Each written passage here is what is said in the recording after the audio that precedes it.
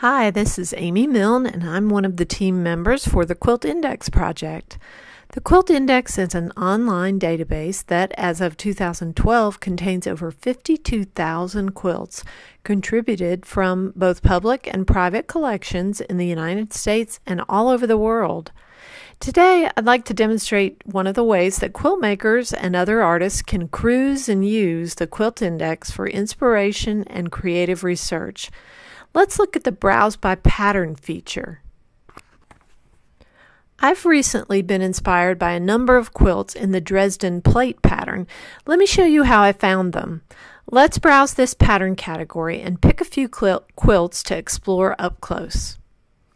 Begin by locating the Browse menu in the top blue menu bar and select Pattern in the drop-down menu. On the Browse by Category Patterns page, you'll find a list of 200 of the most common patterns and their variations. We used Barbara Brackman's Encyclopedia of Pieced Quilt Patterns, the first edition, as our main reference. On the Browse by Pattern page, locate the Dresden plate link and click on it. The Quilt Index generates over 1,000 results. That means there are over 1,000 records with Dresden plate or one of its variations listed as the pattern name.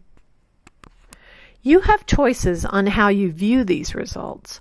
Using the Choose Display Method drop-down menu, you can choose List, which is the default view, or Grid, which shows the same thumbnail images as in list view but with less text about the quilt and more images on one page.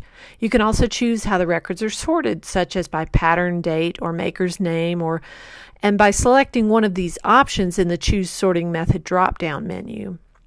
Move through the results by clicking on the page number links at the top. In List View or Grid View, you can preview images by clicking on them once. A larger view opens on top of the results page. Click on it a second time to close the image. To see a basic page of information about an individual record, click on the Basic Info link. For the most detailed view of that record, click on Full Record. As you browse the results page, you will see checkboxes with Compare or Compare this quilt beside it. You can check this box for any quilt that you'd like to tag for comparison with other quilts. And when you're ready to review your selections, just click on the Compare Now text link at the top or the bottom of the results page.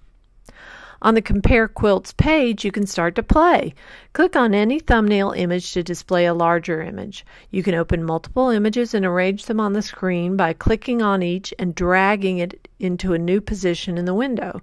You can remove any record from the Compare Quilts page by clicking the red X at the bottom of the page directly below that image.